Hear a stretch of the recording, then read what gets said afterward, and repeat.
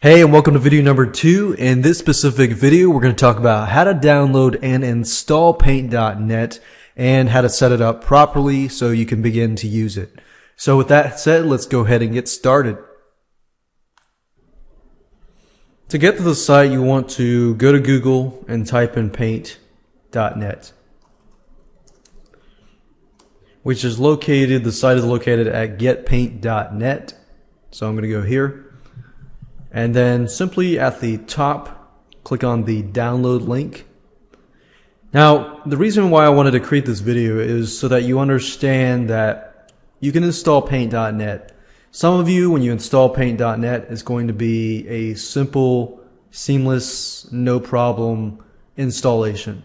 But some of you, when you install Paint.net and you do not have the Microsoft .NET framework, if you do not have it, then either Paint.net will prompt you or you can try downloading it yourself.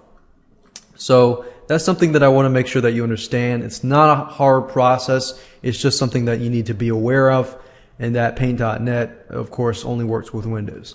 And one computer, like the computer that I'm working on right now, I install Paint.net with no problem at all. And to do that, just simply click on Download Now here, and then click on this link up here. It's a zip file, and once you unzip the file, it's going to appear here, and all you have to do is double click it and just follow the directions to doing so.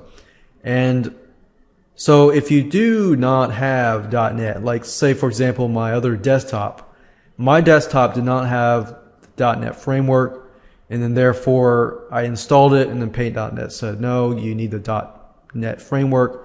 And it's this link here, and it's very easy to install. In fact, it sends you to the download page here. All you have to do is click download, follow the directions to get the .NET framework to get it installed.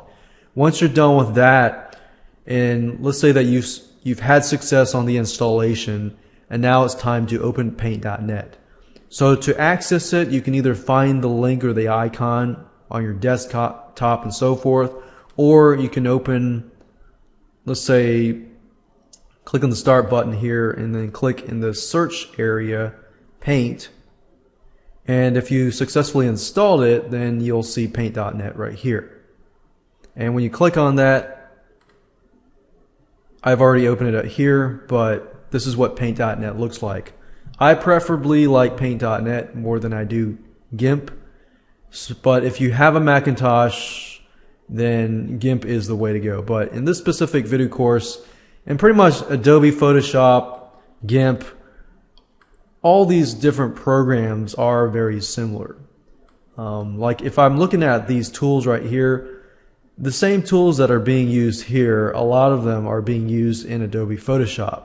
However, with Adobe Photoshop, you don't need all the bells and whistles to create basic stuff. So this is what Paint.net looks like, and in the next video I'm going to go give you a deeper course and a deeper dive through exactly on all the features, all the tools, and at least the fundamental tools that you're going to need.